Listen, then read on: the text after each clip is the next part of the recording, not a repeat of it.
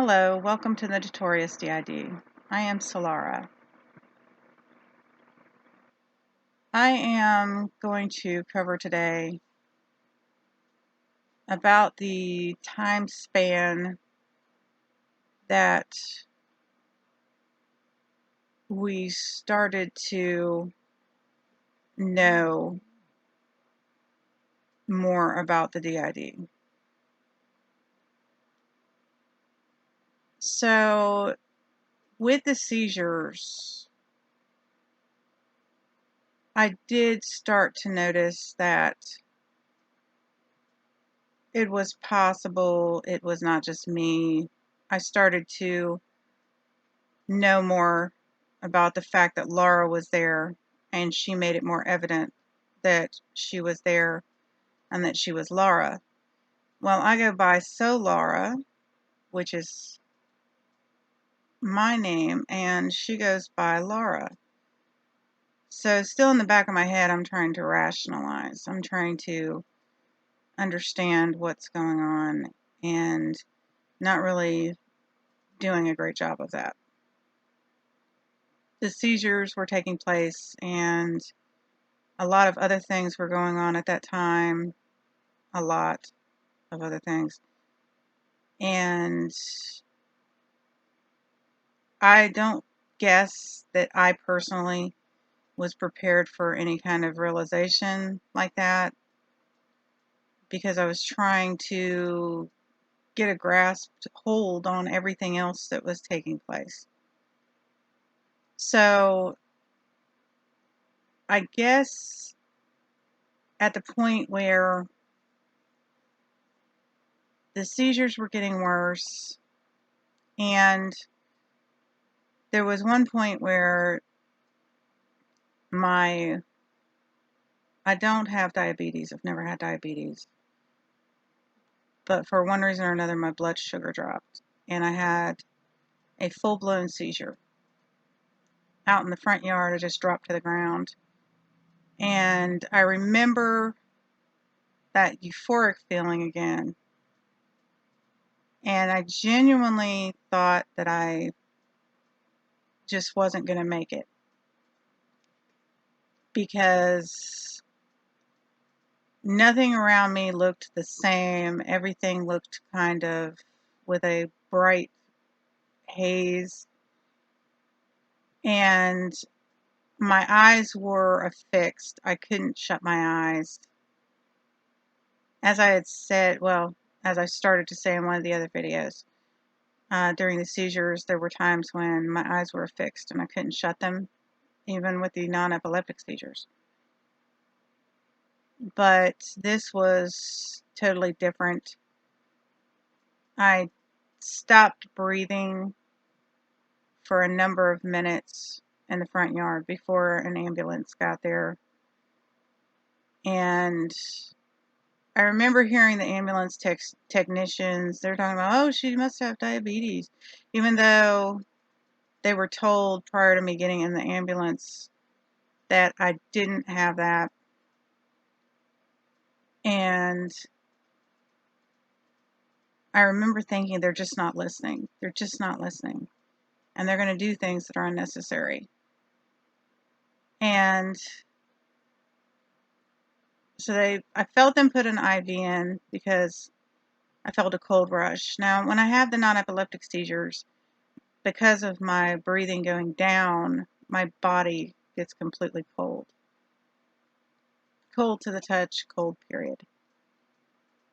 And I don't recall. I must have been at such a small level of breathing. I really just don't even recall it registering that I was breathing, for me personally. And when I got to the hospital, I remember them rushing me in. My eyes were fixed, but I could somewhat see. But like I say, when I was out in the yard and it first took place, I thought I was dying, because I thought I was going to die because there was this euphoric feeling. It didn't feel like, it felt like I was not in the body anymore, and like I was looking down at the body. So I think at one point I may have been doing so because I wasn't in the body at that point. I was literally looking down at the body and laying on the ground. That was laying on the ground. And there was a calm and a peaceful feeling. It wasn't anything scary. I wasn't scared. I wasn't horrified. It was none of that. It was a calm, peaceful, serene feeling. It wasn't anything bad.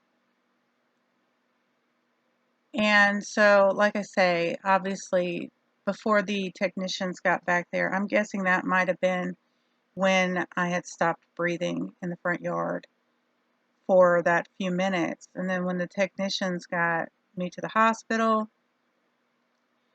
the doctor, they had wheeled me in, and I remember the doctor saying, she's not breathing. She needs help breathing. So I guess I wasn't breathing. And they put one of those things on my face, and they were pumping it. And I remember hearing him say that they were going to have to, he's like, she's not breathing on her own. The only air that's going into her is what I'm doing. And he's like, we're going to have to incubate her. We're going to have to shove the thing down her throat and incubate her. And at that stage, at that very point, for some reason in my head, when he said that, I was thinking of, when they have to cut your throat and put the tube in and stuff. I don't know why I was thinking that.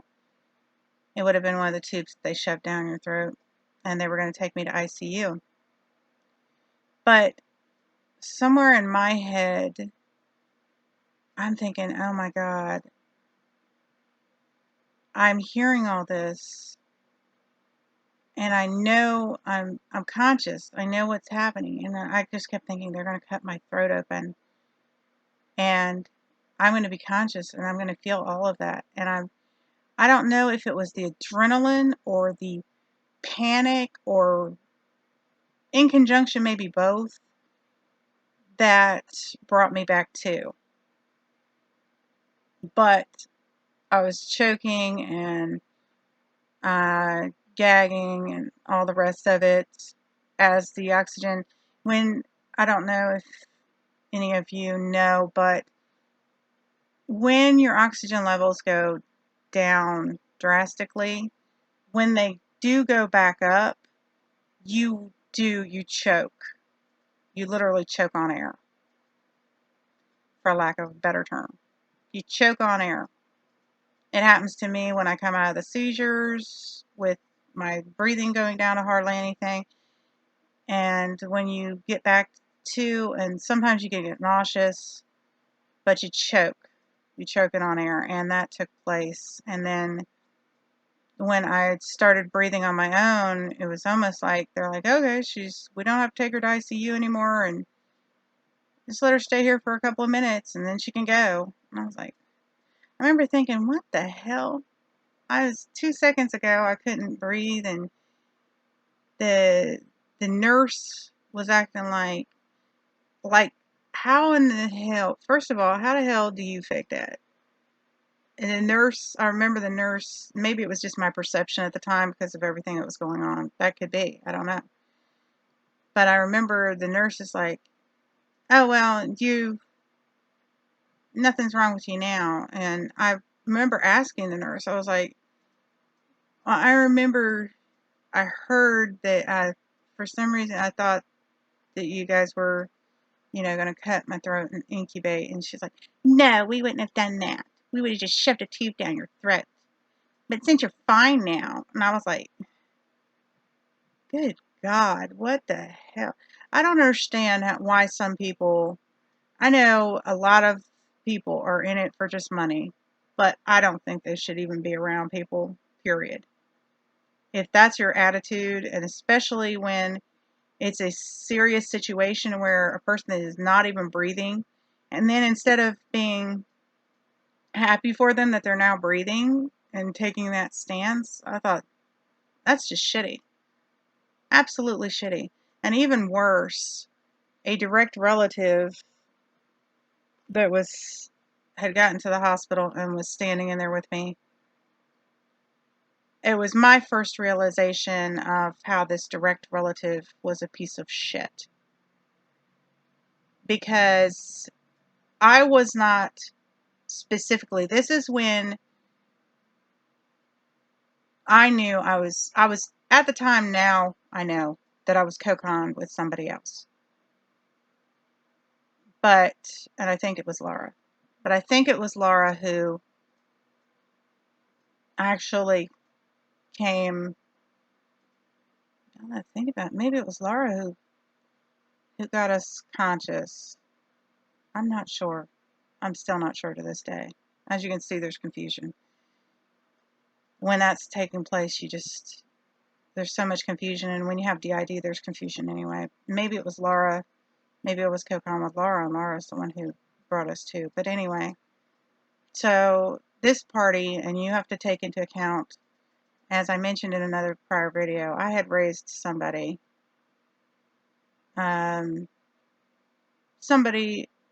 that's a relative, and this is the party that I had helped raise, mostly raised. And this party, he stood there and said, because it was a different person that was speaking to him, so like I said, it had to be, I would imagine it was Laura. But anyway, any which direction, he said that he thought that we were going to die, and then he proceeded to say, tell this other altar, regardless of who they were, how much of a bitch he thought I was, and how much pretty much couldn't stand me, and all the rest of this.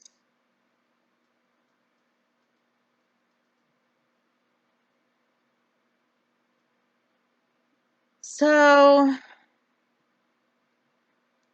I was blind to how this person actually was, and for a lot of years I was blind to how this person actually was.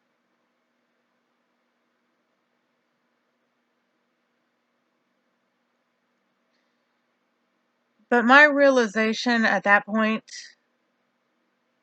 was that this person was false, and this person, it was my first glimpse into the fact that they weren't who I thought they were. And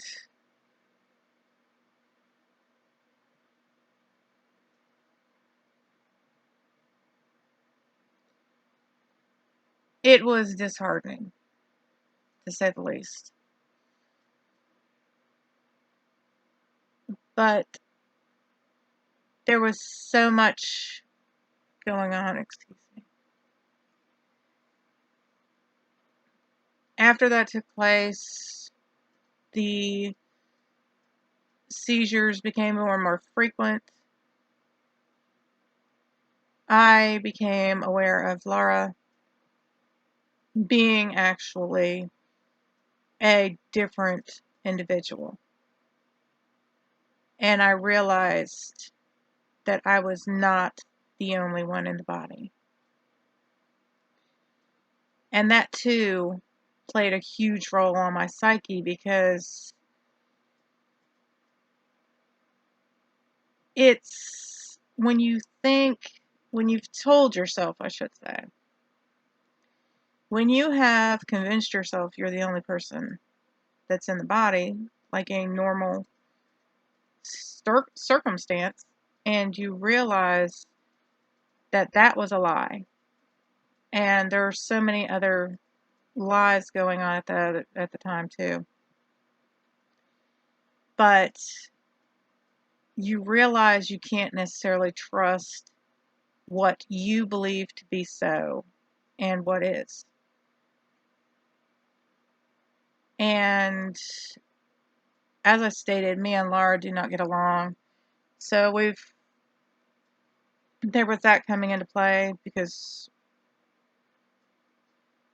we may sound similar, but we are nothing the same.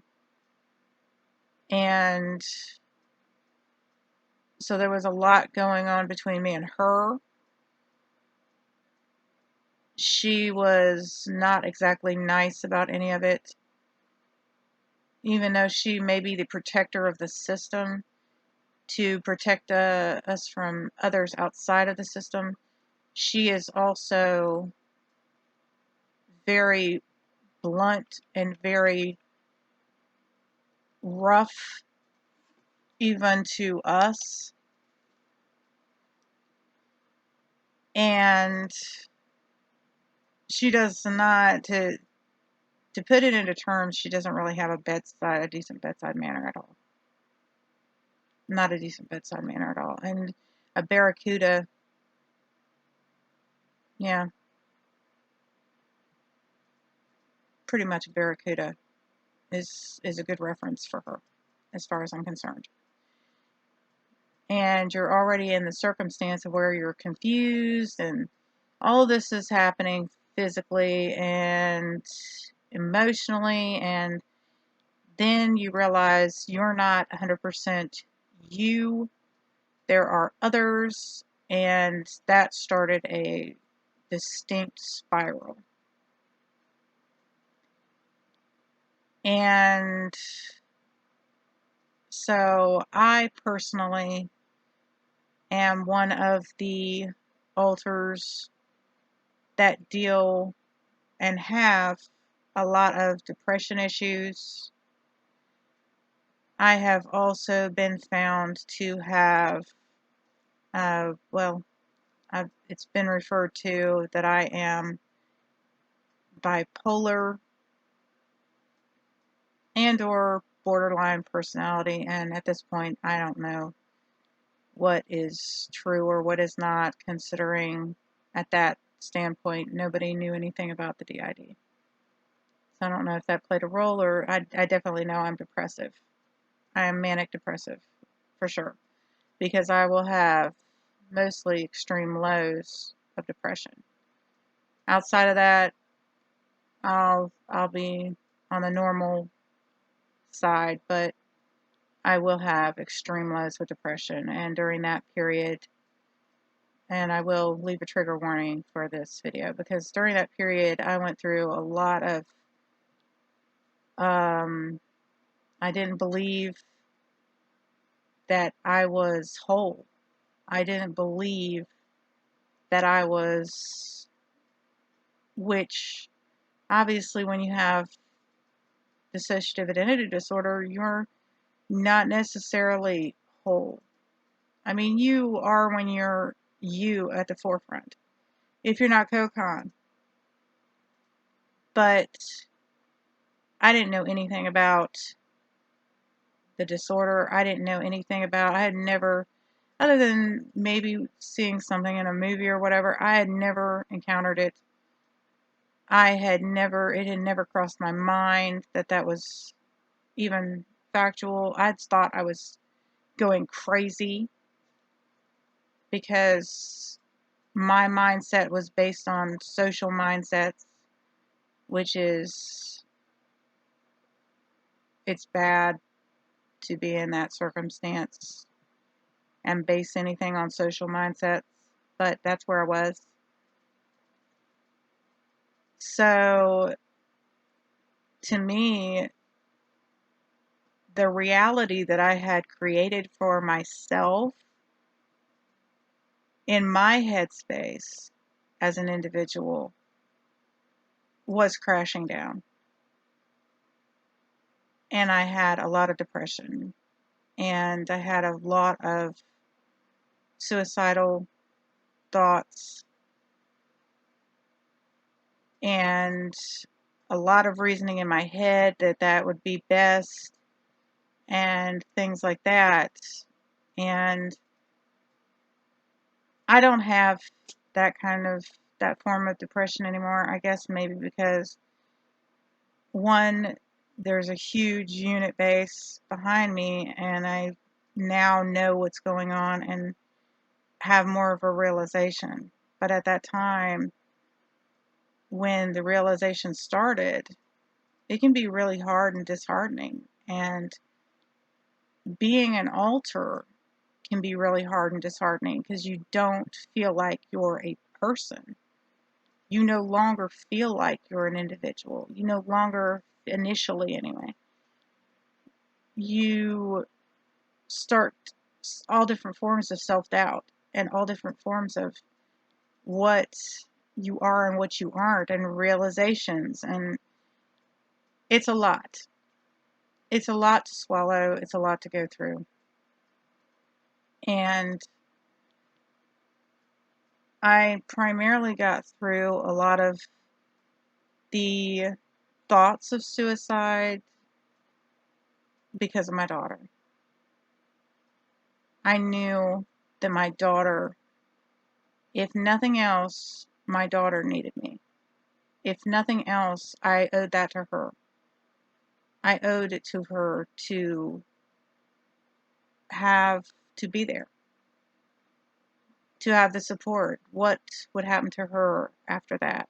What I solely pulled through thinking of her. And for a little bit, probably put most of it to the back of my mind and solely thought of her pushing forward. And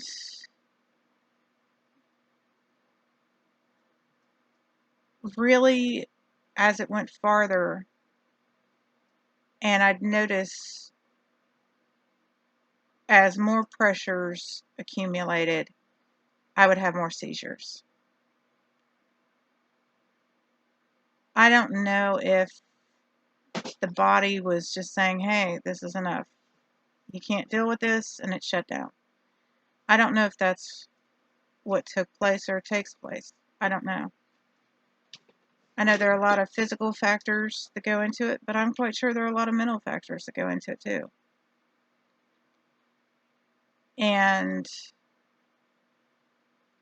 then a little while after that, here came even more. And I'm not even sure specifically where I went. I know I was there for part of it, but I also know at that stage there was, we would change out, and it would be the demon dog. I went to go verify the name, but I believe it's Haberus. Anyway, so Haberus started coming into play, and that was severely rough. There was a lot going on when that took place. And then also later on, just recently, I knew that another party that was coming into at the forefront at that time spoke Japanese. And I distinctly remember some of the words. I don't know that much about Japanese, but I know some of the words, and I knew it was Japanese. And that was evidently Shinshi. So we have a humanoid dog that's acting weird, and I'm interchanging with them, and then me, and then Shinshi, and I don't even know who all or what all else, but it became very evident that it was not just me, and it became very evident that this was a thing. I still didn't know anything about D.I.D or any of the rest of that, but I knew that there were several of us. And there was so much going on, and like I say, I do have depression issues and things like that, and there was so much going on. I do believe for a certain amount of time, like quite a bit of time, I went into I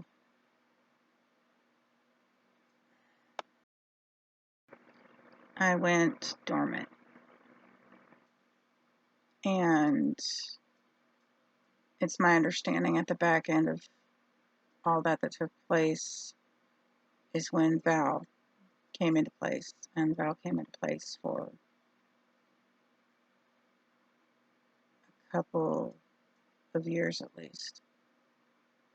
So I was dormant for 2 to 3 years. And when I started coming back out,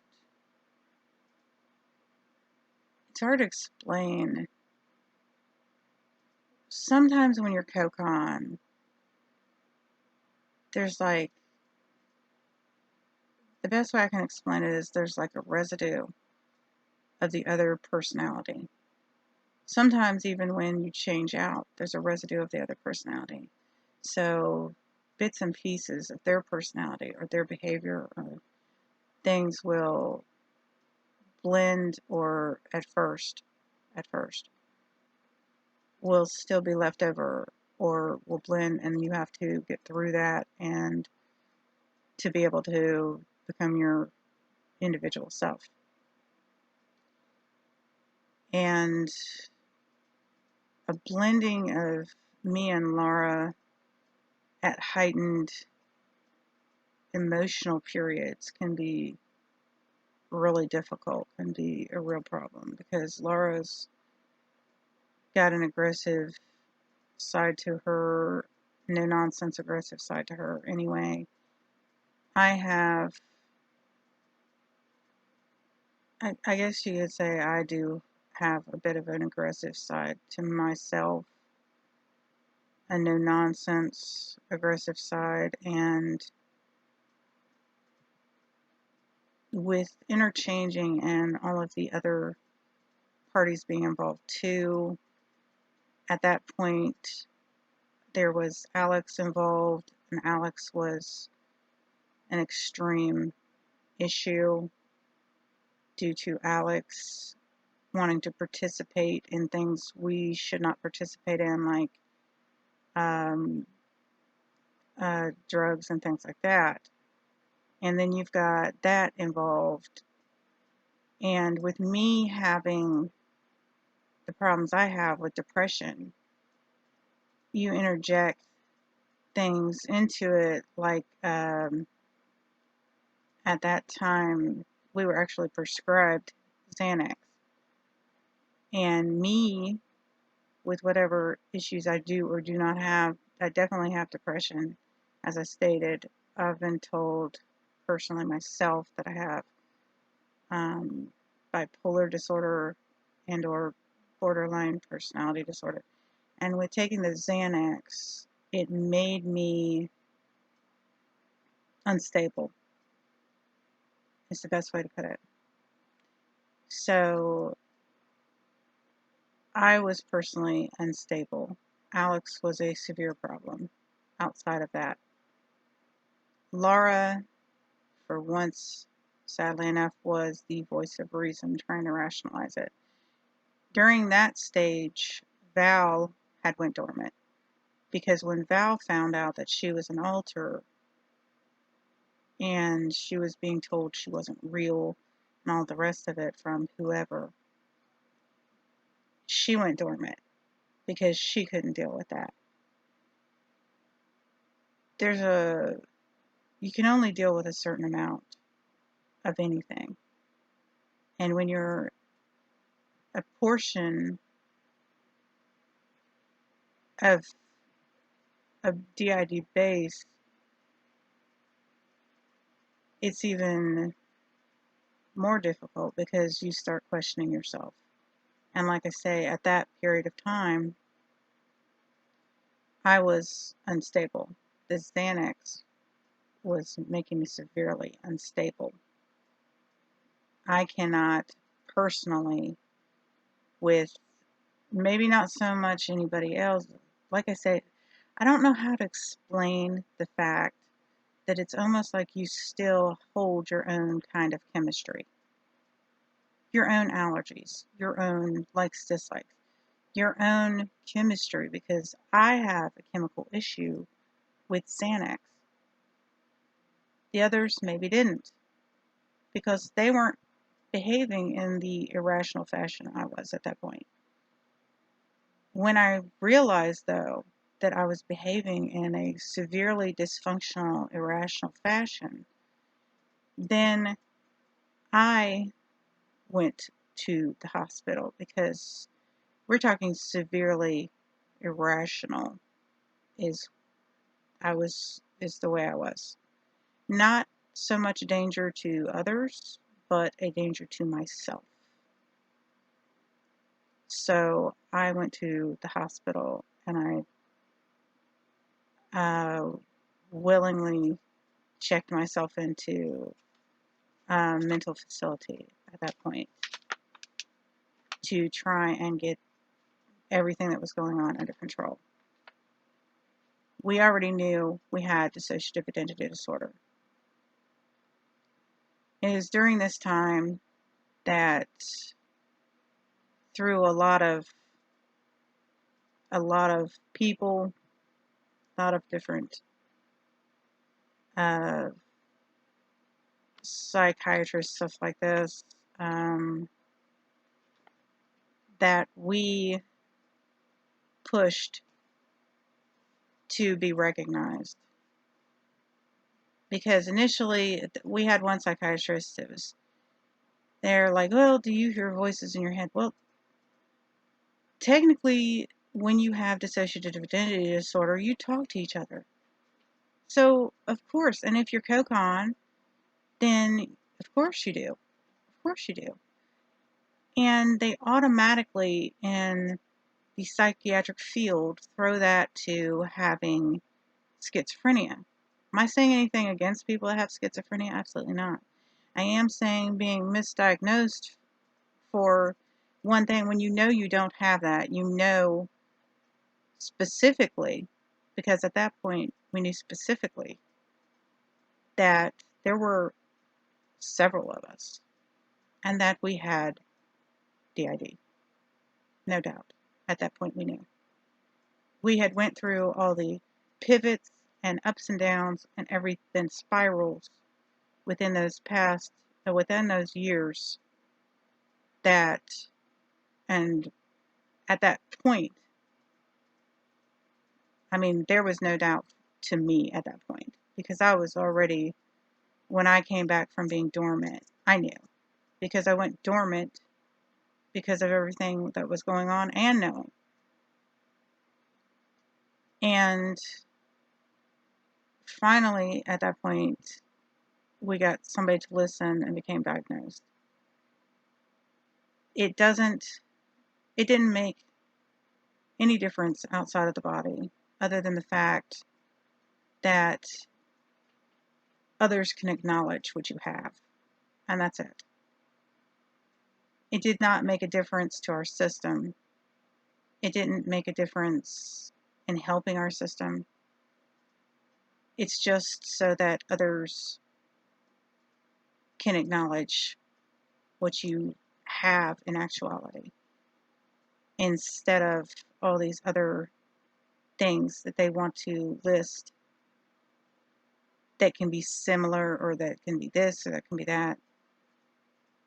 And there are so many people that worry about a title or a name. For us, we just didn't want to be listed under misdiagnosis. And during that time frame, we thought it would be good to attempt to understand ourselves better. Then maybe a psychiatrist or somebody could assist us with that. It wasn't too long after that we realized that was not going to come into play. That was not going to be how we got farther, and that was not going to help us any. We realized there was no, for lack of a better phrase, magic pill. There was no magic pill that was going to do anything. And we started to also realize, what if? We started to think, what if? What if there were a magic pill? Who walks out? Who doesn't? If you incorporate, because people, they'll talk about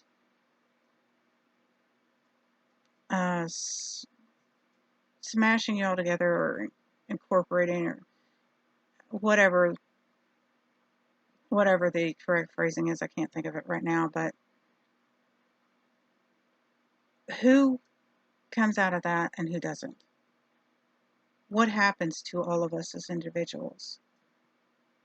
We all have a right to be here. We all have a right to survive. We all have a right to be who we are. We are individuals. We are not, because many of us have spoken on the fact that we don't know who the host is. I don't know who the host is. I don't know who the original party that was in the body, if they're even still here, or who they were, or anything else. And if Laura doesn't know, and Laura is one of the farthest back that I know of, then so we're not a part or a portion of any one individual, even if we have, well, some of us have shared thought, and some of us have shared memory access. We still are not, we're individual. So I don't even know that that is a real thing. They're assuming that you're all pieces of a shattered mirror. Bullshit. Bullshit. We are not all pieces of a shattered mirror. We're nothing the same. There's no way that one individual person can have so many different friggin' components to their personality. There are those of us who do not speak English at all. They speak all different types of languages that the individual body has not encountered or been near, that I personally have not encountered or been near. So I think that's bullshit. Do I still have a definitive answer? No. And we may never have a definitive answer, but we do know our definitive answer is we are individuals. We all deserve to be here. We all deserve to be who we are.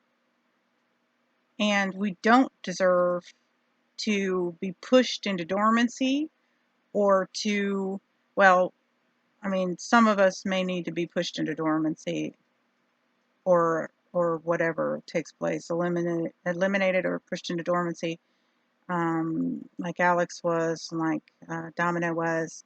That was necessary for the group as a whole. But The rest of that it's not necessary. Is it hard to work in conjunction with so many individuals? Yes, it is. It absolutely is. Without a doubt. Is it hard? I think it's even harder when you're co-conscious, because sometimes you don't even know you're co-conscious, which I've made a video of that before too, where I thought that I was grounded and stable, and I was genuinely co-conscious, usually with Val. I tend to be. I believe the other day it was me, Val, and Susanna. So there are no easy answers to anything in life. So when you have something like this take place, then that just makes it a little more complicated. Does it mean that we need an answer as to what it is or how it is? No, because that's not going to change. You put a pretty name on something is not going to change how you live daily or what takes place. And realizing the biggest, smartest realization when you have D.I.D is realizing that you don't and won't have control over everything. You don't and won't have control over who is available. And even though Val, what's making me itch? Even though Val can bring people forward, and still there's no way of knowing how long somebody's going to be in place. Today, even today, me and Val have been back and forth. So it just kind of, there comes a point where you have to say it is what it is. You have to accept it is what it is. You have to accept the fact that you are going to be working in conjunction with a unit, with a system. There's not much to do outside of that, and you don't want to work toward eliminating anyone or anything like that, because I know for a fact I'm not the origin. So where does that leave me? Where does that leave the rest of us? It is better to deal with and be a part of a system and play your part when you get a chance to, than to what? I mean, honestly, as humans, nobody knows what happens from here on out anyway. There's a lot of different theories, a lot of different beliefs. But so then where would we go? What would happen to us? Do we move on to the next of leave the body and move on to the next individually, or what? We don't know. And it's not worth the risk to us any longer to even consider that an option. So, in other words, we are at acceptance of the fact that we are the Notorious DID, the Notorious Dissociative Identity Disorder unit. And what comes or what doesn't come, whoever comes into play, who doesn't come into play, is not of our choosing. and we don't have any control over that, but we can make the most of what we have when we are in the forefront.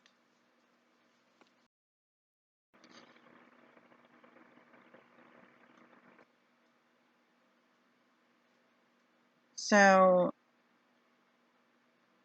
I have made an extremely long video. I hope you've stuck with me. If you have, thank you so much. Please like, share, subscribe to our community. Hit the notification bell so you know as soon as we post a video. This has been the Notorious DID. I am Solara. I thank you very much for coming and listening to us. Bye.